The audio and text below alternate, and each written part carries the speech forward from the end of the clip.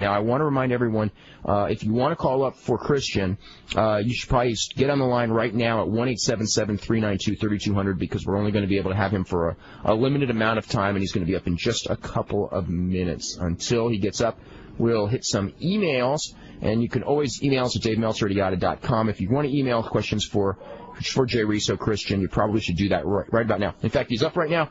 Christian, how you doing today? Not bad. How are you? I'm doing really good. That's good. We had Edge on just Wednesday. Yeah. You two had actually exact similar backgrounds, being even together since sixth grade, as we found out. Yeah. I moved to the town, a small town outside of Toronto, and then actually I moved from even a smaller town, and then we met when I enrolled in the same school that he was going to, and we've been friends ever since then. So. Were you like always best friends, or were you like in and out as friends? No, we were. Well, actually, it was a kind of a weird story because we were kind of more or less acquaintances because we weren't in the same class.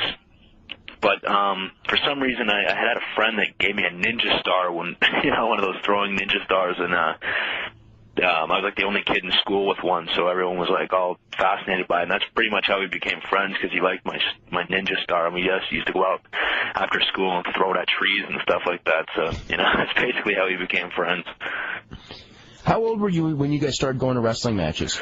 Oh man, that was another thing. We both had a common interest in that. We just started talking about it. We both were huge wrestling fans, and we would go any chance we got. There was a lot of independent promotions at that time that came through every summer in the town that we lived in, and we'll put shows on in the small arena there. So we would go a couple times a summer to those ones, and whenever we could, we'd go down to Maple Leaf Gardens in Toronto and watch WWF shows. And, pretty much all of our Saturdays were spent in front of the TV watching as well. So, it was a big part of our lives growing up. Now you watched. So you watched a lot. You watched, but both WWF and Stampede as well, right? Yeah, we watched. Stampede was on. We got that on the Canadian Sports Network, TSN, the same one that carries Raw now. They carried it on Wednesdays, so we'd kind of rush home from school and watch it. So like an after-school deal? Yeah, it was like an after-school, kind of on Wednesday afternoons at 5. We used to watch it. So, yeah, we grew up on that. And then there was also international wrestling from Montreal. That was on Sundays. So, we got quite a bit of wrestling on TV. Did they have an English language version? Because I used to watch the international tapes, it was in French. Yeah, no, ours was in English. I guess they had done that for for both markets, but the announcers did speak in English when they showed it in Ontario. So. Now, in that era, when your first remembrances of Stampede International, who were like the top guys in both of those companies at that time? International, I guess the top guys were Martel, Bruiser Brody was there, Dino Bravo, Sweet Daddy Siki, who ended up training me, and then in Stampede, I guess was always Owen Hart. So this is like the Owen Hart era, past the Bret Hart, Dynamite Kid, right? Yeah, stuff like that. Yeah. So. Now, when Adam Copeland, he got I guess trained originally by writing a letter or winning a contest at the Toronto Sun, right? Mm-hmm. And you were his friend, so did you kind of like follow in, like he started training and then he go, how did you get in as far as training? Did he start training you, or did you? No, I trained at the same school he did. And actually it was funny because, like I said, we always used to kind of sit around and, we'd beat each other up in my backyard all the time, and we'd be like, we sit in the backyard and talk about how when we were WWF Tag Team Champions, we were going to do this and this, and, we kind of had our whole careers planned out, and we were like, oh yeah, we just sit there for hours and talk about it. And, that opportunity came up, and he won that. And actually I went down the day that he went, after he wrote the essay. There was came down 5 finalists or something like that, and they all had to meet on a Saturday afternoon at the school. So I went with him. He didn't want to go by himself, so I went with him. And so he actually ended up training for about a year and a half. And I was starting in college and stuff like that. No, actually, we've been in high school. I don't know. I just didn't have the money for it and stuff like that, but I still knew that I wanted to do it, So he was doing it, and he was like, oh, it's great. I know you're going to love it when you get a chance. And I was like, yeah, I want to save up the money and all that kind of stuff. Then I started college like a year or so after that. And then, when I was going to college, we were roommates and all that kind of stuff, and I just decided that, there was a time that I trained, and actually I used my student loan for school to pay for my wrestling school, which wow. so that's basically, that's what happened. So I didn't really have the money for it until I went to college. Now, how long did you train before you started going on the road, or before what did you start working local independents, and then some of the guys saw you? Because I guess you guys, I used to see your names around in a lot of different. You did a lot of traveling for independent guys. Yeah, we did. Our whole thought of the deal was that we would just go wherever we could, and just to try and get our name out and get work and meet people and kind of network, you know what I mean? And I guess the best way to do that was just to talk to different people that came to shows. When I started out, I did my first match. I trained for about 9 months, and then I had my first match, and it was actually at my school. We put a show on and had people come into the school and all that kind of stuff. And then, a couple weeks after that, I went to and I did another one for another guy in Toronto that was running a show. And then at this point, Adam and another guy, Joey Legend, and that had met some guys from Detroit on a show. And they said, "Oh, you should come down and check out, what's going on in Detroit. We run a couple times a month, whatever." So they went down, and then eventually I went down with them. We started working in Michigan, and then, we met people there that happened to be from, Cleveland, or, we ended up going down there, and then we met people that were in Tennessee, and we ended up going there, so we just constantly met people, and we just exchanged numbers with whoever we could, and we're just basically we just wanted to work, we just wanted to wrestle, we just wanted to be in the ring in front of people and learn and get experience, and that was the best way to do it, never mind that we were, putting more money in the gas tank than we were making, we just wanted to get in the ring and wrestle. So to us, that was the best way to do it, was just travel wherever we could. Did you did your thoughts as far as ever waver as you're running around, not making any money, working the independent scene, or was it always we're going to make it and this is just how you make it in wrestling? I think it made me work harder. I was like, man, I'm putting a lot of time and energy into this thing, and not to mention I'm broke. So, and I knew that anything less than making it to the WWF for me was failure. And this is what I've wanted my whole life. This is what I've wanted to do. I didn't want to do anything else. I didn't want to do this as a hobby on the weekends. This is what I wanted to make a career out of. So anything less than that wasn't good for me. And the more that I did that, I think the more that it made me strive to be the best that I could and to make it to where I am. And that's the way I looked at it. I was just kept saying to myself, if I just keep working, someone's going to see me, or I'm going to get a chance, and all I need is a chance. And I just had it in my head. I just quit wasn't in my head. I didn't have it in my head. And my parents were totally supportive of that. They knew I wasn't making any money, and I was living at their house, and they didn't even charge me rent or money for food. My mom let me take her car on numerous trips, and they were saying, no, we don't want you to be 40 and look back and say, well, what if you could have done this? You know what I mean? They said, we want you, if this is what you want, we want you to do it. And I did. So, I didn't have any doubts in my mind. I just was trying to prepare myself for when I got the chance. I was going to make the best of it. Were you real confident when you first went to Dory Funk Jr.'s camp, which I guess was the prelude of getting your WWF contract, or was it the other way around? Did you get the contract first and then go to camp? No, I didn't. I actually had to go to a camp before they signed me. Yeah. I was nervous, anxious. It was everything that I felt that everything that I had worked towards was going to be in this 1 week. You know what I mean? And I didn't look at it. I was trying not to psych myself out or get scared. I was just kind of looking, saying, I was trying to convince myself that I deserved to be there, and that just to do the best I could. And if that wasn't good enough, hey, I tried, but I, like I said, I didn't doubt myself. I just went there and said, I'm just going to go over there. I'm going to work as hard as I can, and hopefully, they'll like what they see. And fortunately for me, it worked out. Now, were you pretty as far as going there? Were you pretty confident in your ability? Because I know that from the first camp, you got real high raves from Dory Funk Jr. as far as being, a ring general, ring psychologist, able to control and lead a match. Mm-hmm. Was that something going in where you felt that hey, I know some of these guys and I can hang with any of them, or I'm as good as any of them, or were you just man, I don't know how I rank with all the different guys they're bringing into this camp? No, I didn't know any of the. I knew one other guy that was going into the camp, and that was Rhino, who now is in ECW. And other than that, I didn't know any of the other guys. So, I was just I didn't know what to expect. All I knew is what I could do, and I just, like I said, I was there to work as hard as I could, and I really appreciate everything Dory did for me. He was great to me, and I learned a lot from him. And I had a great time when I was there. I was there to work hard, and I think I did that every day that I was there. I tried to, anyway. Was it a pretty big thrill the first time you got the tag team title or the light heavyweight title? Was it actually, it was a bigger. I think it was a bigger thrill for me to get the tag team titles. It was more recognized. It's and that's kind of what we dreamed of from being kids. We used to sit around the backyard and talk about how we were going to be WWF tag team champions, and to actually, after having the match and to have it on our first match at WrestleMania. And then just, with knowing my parents were in the crowd and my fiance and my brother and all that kind of stuff, it was just a really cool feeling, to grab the belts and it was really cool. It was like kind of like a dream come true, it was a great feeling.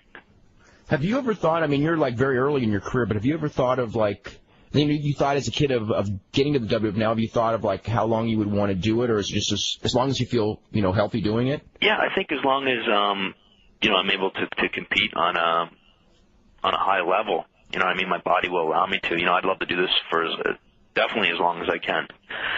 So I wouldn't like to put a time limit on that, But to say, I'd like to do it, 5, 6 years, I'd like to do it as long as I possibly can, whether that's 10 years, whether it's 15, whether it's 20, as long as I'm having fun doing what I'm doing and my body allows me. And, I wouldn't want to do anything else other than this. So as long as I can do it, I will. What's the best and the worst part of your travel schedule, as far as how grueling it is and everything? The best part is, getting to meet different people and seeing a lot of different places, and probably the worst part about it would be, sometimes you don't get to have as many meals as you'd like, or you have to skip a day in the gym training because you just don't have time. But it all, you have to take the good with the bad. So. We have a full bank of calls. Before we go, I wanted to ask you, have you heard anything as far as WWF, as far as banning DDT or Tombstone pile drivers? And cause someone told me that kind of came down Monday, and then I was watching the show yesterday, and they did have a DDT. I noticed a DDT on the show by Rock. And no, I didn't hear that. Okay. I didn't hear that. I'm going to try to find out some more about that one. Okay. Let's go to Dave in Pennsylvania. You're first up with Christian. Oh, hello. How you doing? Hello. Yeah, Dave, you just stole my question there. I was going to ask that exact question. Oh, okay. Can you think of another one? No, anyways, I guess a good question for Christian. I just think I'm really a fan of the work he's doing right now with Edge. Uh-huh. But it seems like the momentum stops. You win the big match at WrestleMania. Uh-huh. You do the next night. You do the great heel promo, and then it was like you guys were tweeners with this X-Pac and Road Dogg thing. Then it starts up again with the flash photography, and it's going great. Then your job to Too Cool, and we see subsequent jobs to The Rock and last night to the Dudleys. Uh-huh. And I wonder, do they have a long-term in place for you guys, like a long-term plan? And just yes or no, and what would you like to see for a long-term plan for yourself? Is it with Edge and Christian as a tag team, or what are you looking for in the WWF long term? I think our main goal was always to keep our own identities, so that if it ever came to the point where it was time to go our separate ways, we could do that without being labeled just a tag team. But I would like to ride this. It seems to be going really well right now with what we're doing, and I'm enjoying it and having the most fun that I've had yet. So, I'm getting a lot of mic time, and we're doing a lot of backstage stuff, which has been a lot of fun. The matches have been good. And so, when you talk about momentum, I don't feel like we've lost any since WrestleMania. It's all about, I think we're going forward. I think as long as it continues that way, I think we'll be fine. I think eventually, I don't know how long down the road we'll split up or even if we will, but like I said, we've kept our own kind of identities. That's why I never had like a team name or anything like that. We've always just kind of been Edge and Christian. In that respect, so we have our own identity. So if it ever came to that, we could do it that way. Mm-hmm. I like to think of you guys as kind of like a new version, like a new take on like the Midnight Express. Uh-huh. And you've got this That's a good compliment, actually. Mm-hmm. It is. You got this. Oh, sorry. You got this nice heel thing going. Uh-huh. Going really well. It's one of my favorite segments on the show. Well, thank you. And I think there's lots of drawing power in a feud with you guys as the heels instead of a face versus face feud with the Hardys, and then also with the Dudleys. Yeah, and I wonder, the Dudleys would need someone.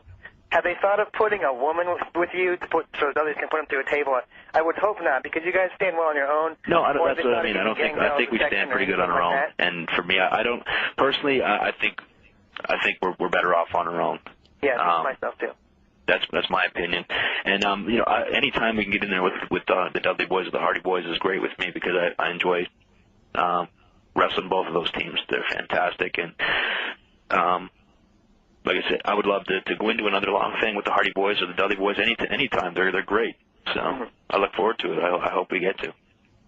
When you had the first ladder match with the Hardy Boys, did you going in with you four guys, did you have the idea that you were going to have a match that was going to be, you were going to tear the house down with a match? This was the match that because it was kind of a match where you guys were all on the show and you were all doing very well, but that match kind of like made everyone sit up and notice, and I think it made the management notice as well. And I think it or was it one of those things where it turned out better than you expected? Well, it did turn out. It turned out as we had hoped. I'll put it that way, because we expected a lot from. I think when I speak with the four of us, being the Hardy Boys and myself and Edge, that we're all kind of perfectionists about what we do. So if there was anything that had gone wrong with the match, it would have been, I wouldn't have liked it very very much. I'm glad everything came off, the way we had hoped that it would. And God, I kind of lost the question. What was the question? I'm sorry. Oh, it was just like going in, like say the day before the afternoon of the match was. Did you guys have the attitude like we're stealing the show and everyone in management and every wrestling fan's going to know who we are when this match is over? Or was it just one of those things where when it was over, it's like, wow, that was like the best match we've done or something? So what I think it was is that we wanted to at least have it on par with what Shawn Michaels and Razor Ramon had done, and we didn't want a standard. Pardon me?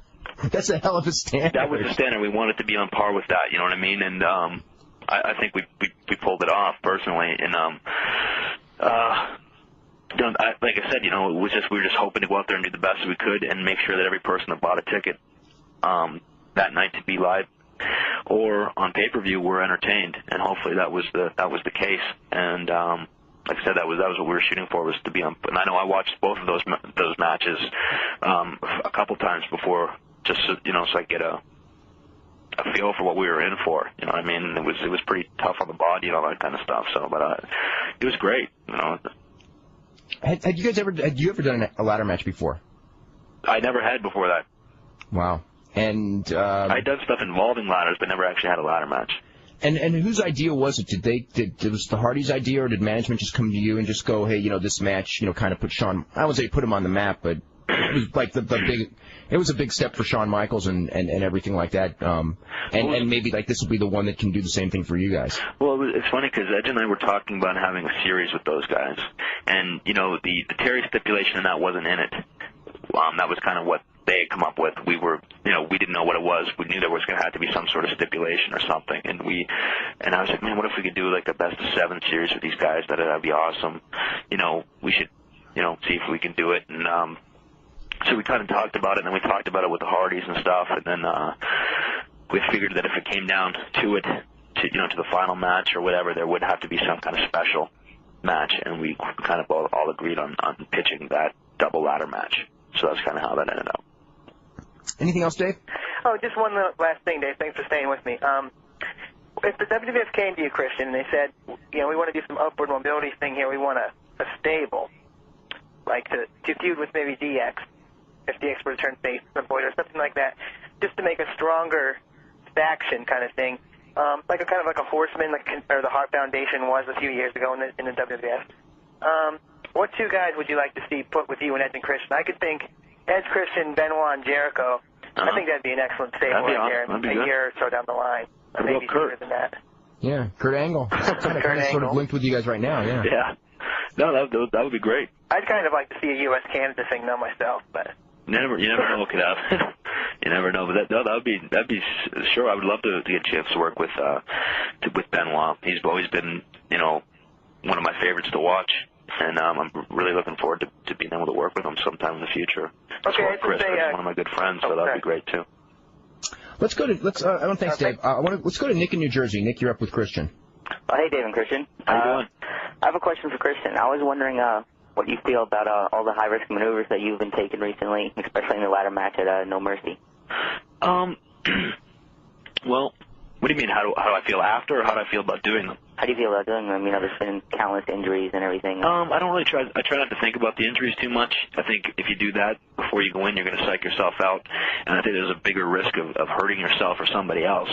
Of course, you're aware of what could happen and all that kind of stuff. But you know, if I'm sitting maybe after like a day or two after it, I'm watching it, I'm saying, man, you know, we really could have got hurt there or something. I try not to think about it when I'm doing it because I don't want to psych myself out. And when you're out there and your adrenaline's pumping and the fans are cheering and, you know, you're just in the moment, you know what I mean? You feel it more the day after that, you know what I mean? Mm-hmm. The first couple days after is when your body feels it. So, I don't know. I just want to entertain people and give them their money's worth and hope they have a good time. And that's basically how I feel about it. All right, that's about it. Great. Is there anything that you have done in one of these big matches that you either looked at the tape or you felt it like the day after and you just go, you know, wow, that one maybe I shouldn't have done, maybe, you know, you know, that, you know, my back hurts a little too much and I know exactly which one it's from, or has that not really happened to you? No, in WrestleMania when Jeff Hardy and I were on top of the ladder and they shoved it and we both fell off the top of the ladder over the rope to the floor. I landed on my side, and the next morning when I woke up, I tried to roll over out of bed, and I was like, oh, my hip, you know what I mean? So, you know, just, I don't know, you know, I know exactly what it's, some of them, you know, what they're from and that, but a lot of times when you're taking so many bumps and you're getting hit, you don't really know which exactly is which, so, but, Do you have like a feeling as far as like you know, just like chairs to the head worry you, or is there anything that you do actually that kind of worries you or that you would want to back off on, or right now is everything cool? You know, you pretty much feel like you're comfortable with everything that you're doing. Yeah, I'm pretty comfortable. You know, I try not to do anything that I don't feel that I can do. And I don't think anybody should do, if they don't feel comfortable with something, I don't think they should do it. So definitely if I don't feel comfortable doing something, you know, I would say I don't think I could do that, you know what I mean? Or, you know what I mean? Because otherwise you're going to hurt yourself or somebody else is going to get hurt. You don't want that. So, you know, basically I don't do anything that I don't think I can do. What was your feelings as far as like going to Japan and wrestling in Japan? I loved it, you know. It was a dream of mine to wrestle over there, to experience it, because I was always, you know, got Japanese tapes or magazines whenever I could, and I just always, it was something that I really wanted to experience, was to be over there and be able to go over there and do 2 tours. It was great, and I had a great experience and a great time, and it was a lot of fun, and yeah, I wish I could have ended up going more, but yeah, I had a good time. I'm glad I went. SmackDown last night did a 5.0 rating. It opened at a 4.0. Main event went off the air at a 5.7. So it's a pretty solid rating. It's actually better than the overnight sort of indicated that it would do. So that's pretty good. Good. Let's go to Tanisha in California. Hello. Hello. Hey. Hi. I just want to say that first day, I think you are a great piece of talent that the WWF has right now. Thank you. I think you're pretty underrated. And thank you. Appreciate that. You're welcome. And on a side note, I was at the WWF Access, the WrestleMania 2000, and I almost had the chance to meet you. I was too busy yelling at Bob Backlund, and I turned around and I see the back of your head. Oh, sorry. I was so mad. Did you have a good time there? Huh? Did you have a good time at the Access? Oh, yeah. It was the best thing in the world. And it's got that it was the first one, and I was there, too. Good, good. I think they're going to do another one next year, too, so it should be a lot of fun. Yeah, next door in Texas. I need to get a car. So, if you weren't a wrestler, what do you think you would be doing? Because I know that you've, like, grown up watching it and you dreamed of doing it, but you so have mic skills and that you could do. You so have them. What do you think you'd be doing? God, I don't know. You know, I was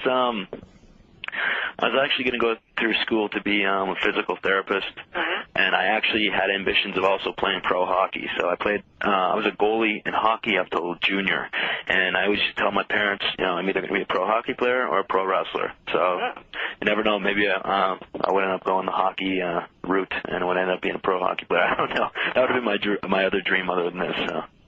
That's pretty cool.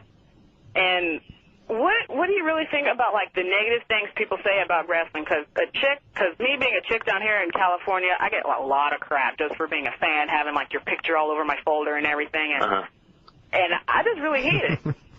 I get sick of it. What do you think about it? Because, like, for me, it just makes me want to watch more. I don't know. I don't think it's anything that people don't see already in movies. People have to realize it's entertainment. And it's a live-action adventure series, basically. You know what I mean? It's nothing they wouldn't see in a movie or like on NYPD Blue or something like that. You know what I mean? If you don't like it, then don't watch it. Change the channel. It's as simple as that. You know what I mean? Or that's my thought on it anyway.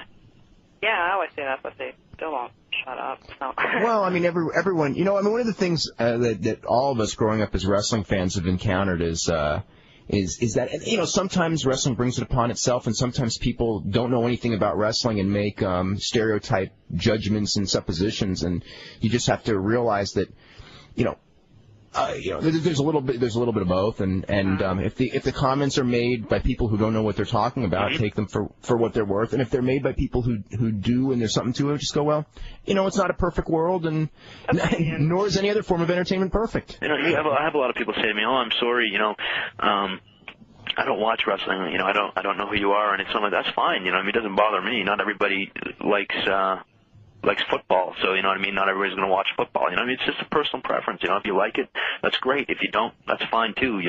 Opinion. Yeah, just as far as like to me, like it's like if people make like what I would call a stereotypical comment where they blanket the whole industry or they blanket, like, oh, every wrestler is stupid or every wrestler is a barbarian or wrestling is stupid. Just go like, that's just I wouldn't even like listen to that because it's like there's good and bad. There's good and bad in everything. Right. And you shouldn't be ashamed of being a fan of something that you enjoy at all. People don't tell people. I never really understood why people like, people used to go to me and it was always like, those wrestling fans, they're so crazy. And I would go to hockey games and I would go to football games.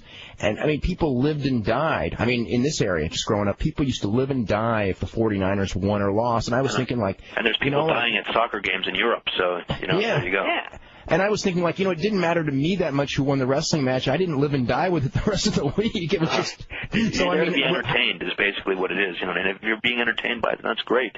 And if you're not, then find something else that entertains you. It's as simple as that. Yeah. Anything else, Tanisha? Yeah. What advice would you give to someone who wants to be in the business one way or another? I don't want to, like, wrestle, but just... I would say...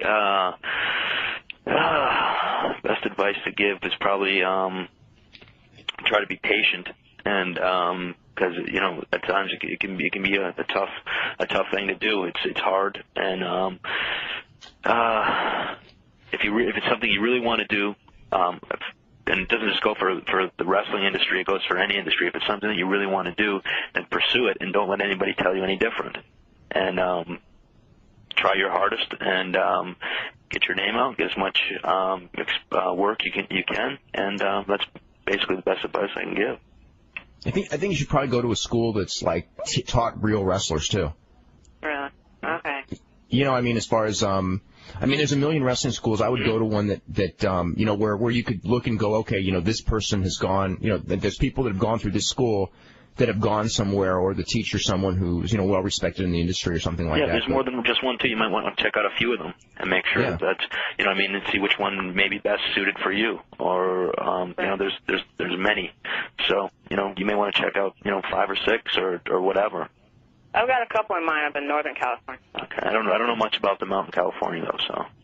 Yeah. Okay. We're just talking to you. Okay, thanks so much, Tanisha. Let's go to Dominic in Virginia. Dom, what's happening today? Pretty good, David. I actually want to say great interview last night with Tom Zink. got a chance to listen to it this morning. I really enjoyed it thoroughly. Just like that was a real entertaining show. I wanted to hear more stories about Brian Pillman, really. Well, we'll have him on. I tell you, I think the last 2 days have been two of my favorite shows. When we had Edge on Wednesday and Zink yesterday, they were just real. Both shows I thought were just like a lot of fun. Definitely, Christian. Actually, 2 questions. Okay. First of all, I know that before you started full-time with WWF, you did a few spot shows with Jim Kentner up in Delaware, Maryland. Just want to know what your opinions of him and a lot of the young wrestlers he pulls out from up there. And secondly, if you had to choose, which would you prefer, an hour's worth of stink faces or of an hour's worth of naked lap dances from Mae Young?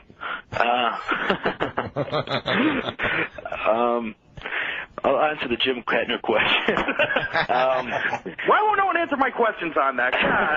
Jim Kettner is a good guy. He was very good to me. He treated me great from the day that I met him, and I enjoyed working for him very much. And I think he has a great little show there that he runs and has some loyal fans, and he really tries to make a little show into a big production. And I think it's great. And he's got himself a little video screen so he can show, music videos and entrance videos and little backstage interviews and stuff like that. And it's great, you know what I mean?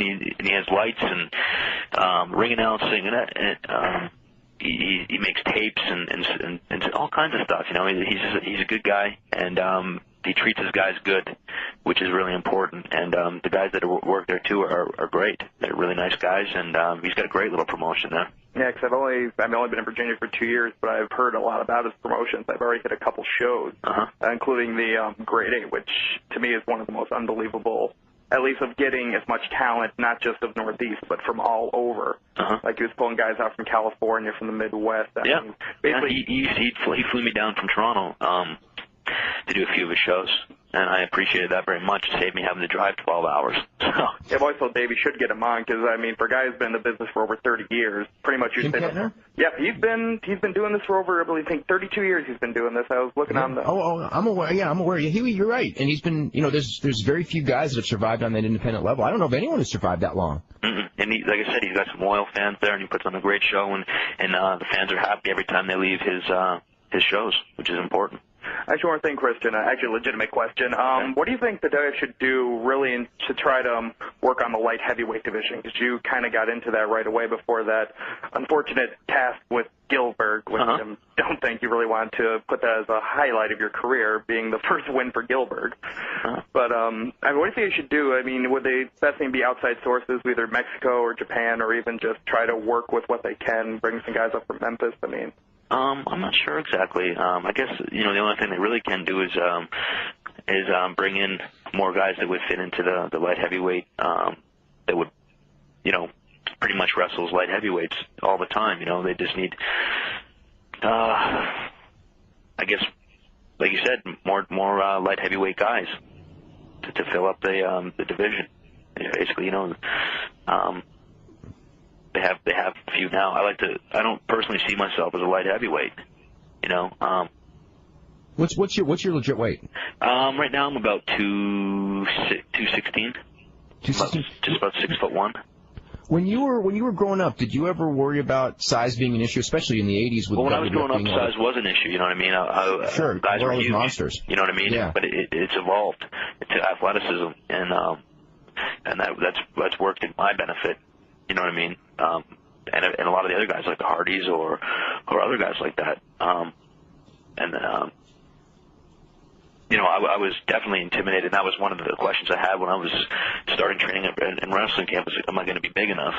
But I train pretty regularly, and I know that I'll never be the biggest guy in the world, but I'll just try to keep myself in the best shape that I can for me, and that's fine. And I feel like I'm at a good size because I can move pretty well, and I'm not the smallest guy there, but I'm not the biggest by any means. So I feel good about the way that I am in the ring.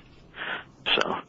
All right. Well, as a Christian, enjoy the rest of your career. I've always enjoyed you. Appreciate that. Thank you very much. And as somewhat of a fellow Canadian, I'm a border town. And I'm kind of surprised that it's not superior that every young boy who's in Canada dreams up of being a pro hockey player. Yeah. I'd like to be one who doesn't. That's right. All right. Enjoy. Take care. When When you were growing up, and even now, what are there any wrestlers who specifically you enjoy? Like, as far as you talked about getting tapes and things like that. So you grew up and like saw Japanese tapes and tapes from the States and things like that. Is there? Yeah.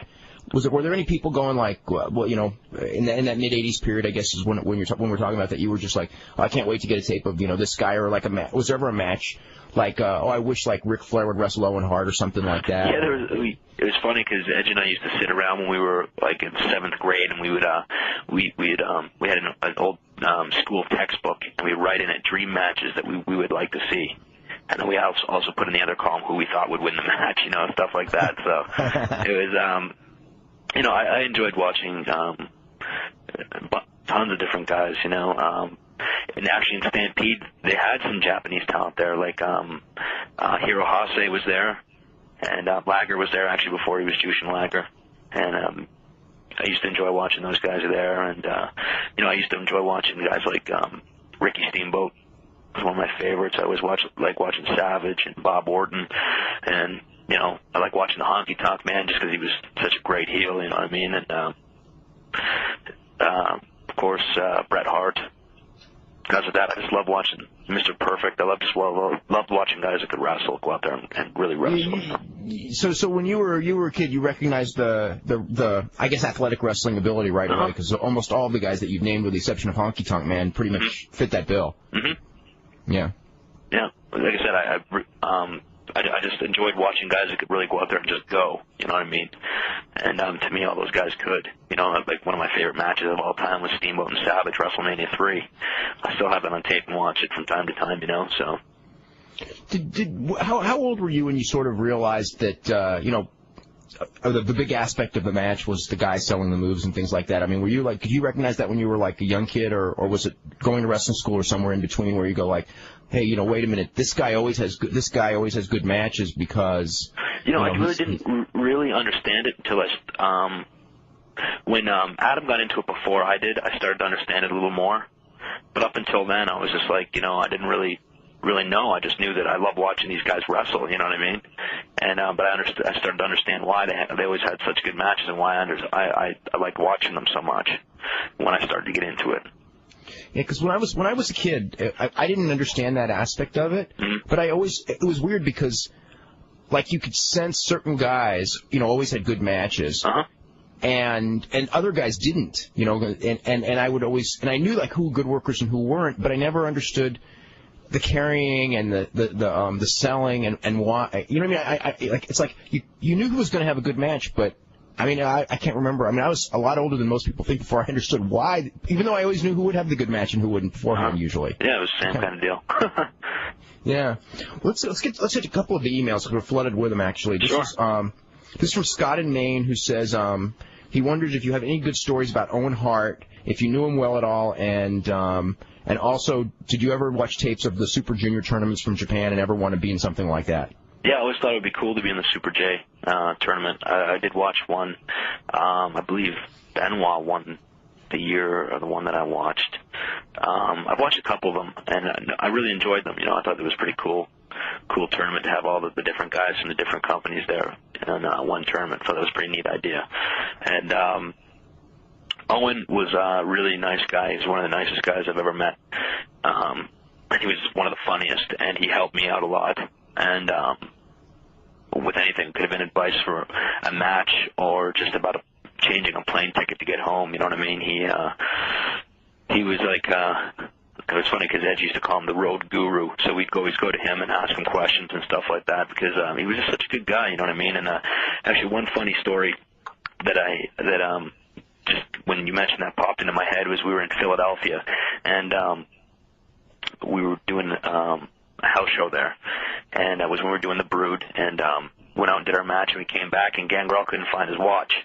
He's like, man, I can't find my watch. And then Owen walked by and said, Dave, do you know what time it is? And he said, no, I can't find my watch. So then, like 3 or 4 months later, whenever we came back to Philadelphia, went out and had our match, we came back, his watch was sitting in the exact same place that it was 3 months earlier when he left. So he's like, what's going on here? And Owen walked past again, Dave, do you know what time it is? So he kept his watch for like 3 or 4 months and then put it back in the exact same place at the same arena, you know? So it was funny. Oh, man. This is from Kathy and Tara. They had a whole bunch of questions. You know, when you and Edge were on, or you today and Edge Wednesday, we never, I just want you to know this, we never get any phone calls from women. We get almost no emails from women. Okay. The only person before you guys that I remember ever getting emails from women, like were more than maybe say one or two, was Bret Hart. And then then we had like a ton of them, and we have a ton of them again today. But anyway, so you should take that as a compliment, I guess. Oh, thank you. What are your favorite moments from Grand Prix wrestling? Grand Prix. Oh. Man. I had a lot of fun out there. It was actually my first experience where we worked 7 nights a week. We worked every night and sometimes twice on Sundays.